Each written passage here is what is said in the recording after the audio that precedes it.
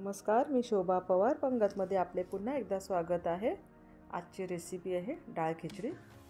साधी सोपी रेसिपी आहे ही। एका कुकरमध्ये 1 कप इंद्रायणी तांदूळ घ्या। तुम्ही इथे बासमती तांदूळ किंवा आंबे मोहर सुद्धा वापरू शकता। पाव वाटी मसूरची डाळ, अर्धी वाटी मुगाची डाळ व पाव वाटी तुरीची डाळ घालायची आहे। सर्व डाळी व तांदूळ 2 ते 3 पर्यंत स्वच्छ धुवून घ्या। अर्धा चमचा हळद घालूया व थोडंसं तेल घालून घेऊयात। कुकरला झाकण लावून गॅसची फ्लेम मीडियम ठेवून 4 शिट्ट्या करून घ्या।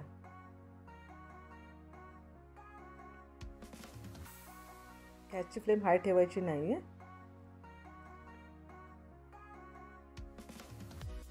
इथे कुकरच्या शिट्ट्या होईपर्यंत आपण फोडणी तयार करून घेऊया। इथे एका पॅन मध्ये 1 टेबलस्पून तेल घाला। तेल चांगलं गरम करून घ्या। 1 लहान चमचा मोहरी घालायची आहे।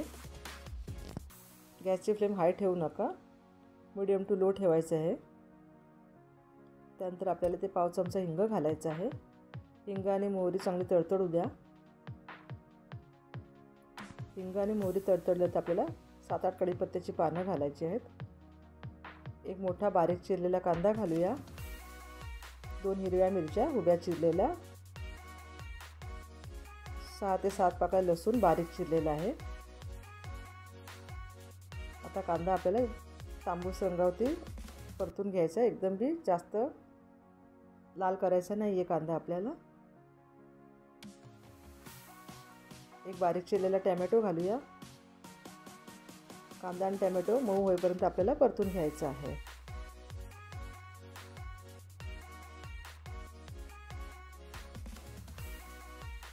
एक लहान चमचा आलं लसूण पेस्ट घाला।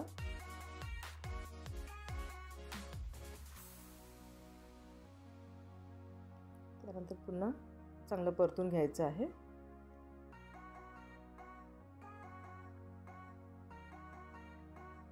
इथे आता आपण चवीनुसार मीठ घालायचं आहे। मीठ घातल्यामुळे काय होईल, टोमॅटो लवकर मऊ होतील।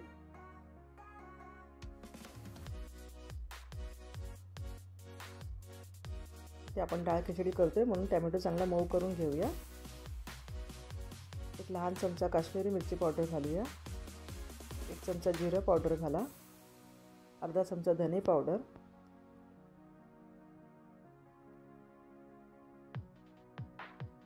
पुन्हा हे सगळे कोरडे मसाले छान असे परतून घेऊया। मसाले खाली लागू नये म्हणून थोडंसं पाणी घाला।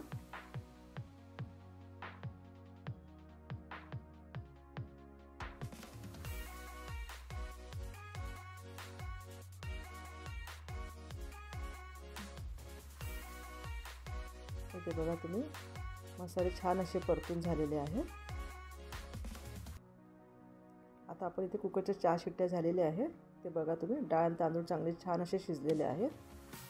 ते इथे फोडणीमध्ये घालून घेऊया।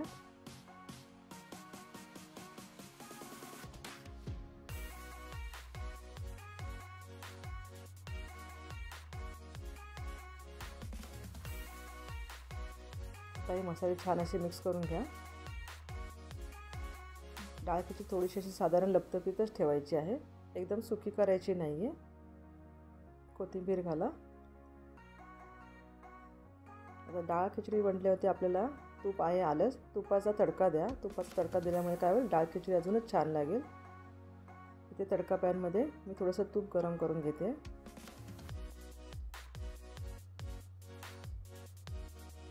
तूप घातल्यामुळे काय होईल, डाळ खिचडीची चव एकदम अप्रतिम लागेल। 1 लहान चमचा जिरं घाला। जिरं चांगलं फुलू द्या। लाल सुक्या मिरच्या उभ्या चिरलेल्या 2 घालायच्या आहेत। थोडीशी कोथिंबीर घाला।